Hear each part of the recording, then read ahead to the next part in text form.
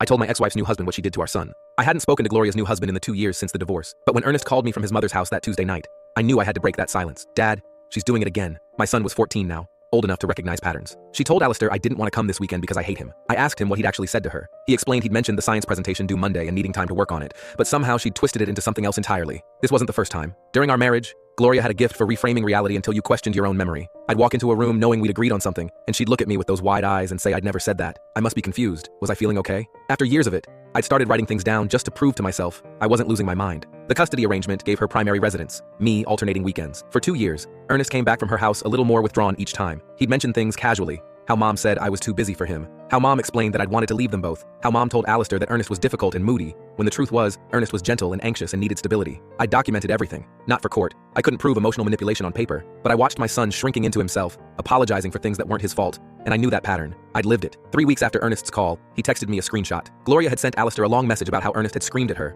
called her terrible names, said he wished she'd died instead of marrying again. Below it, Ernest had written, Dad, I never said any of this. I asked if I could do virtual school because the kids here are mean. She's making Alistair think I'm someone I'm not. That's when I found Alistair's office number. He was a decent guy from what Ernest said. Patient, tried hard, clearly loved Gloria. He deserved to know what he'd married into. We met at a cafe halfway between our towns. Alistair looked wary but agreed to hear me out. I didn't ease into it. Gloria is lying to you about Ernest. She's been doing it systematically since you got together. He stiffened and told me that was a serious accusation. I laid it out for him. How she'd claimed Ernest didn't want to visit because he hated Alistair when the truth was a school presentation. How she'd reported Ernest screaming at her 3 weeks ago when he'd never said any of those things. I pulled out my phone and showed him everything. The screenshots. The pattern of Ernest's actual words versus what Gloria reported.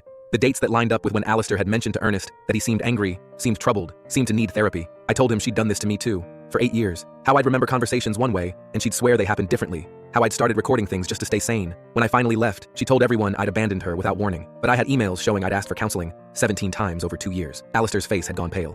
He asked why she would do this. Because she needs to control the narrative. If Ernest is the difficult one, she's the suffering mother.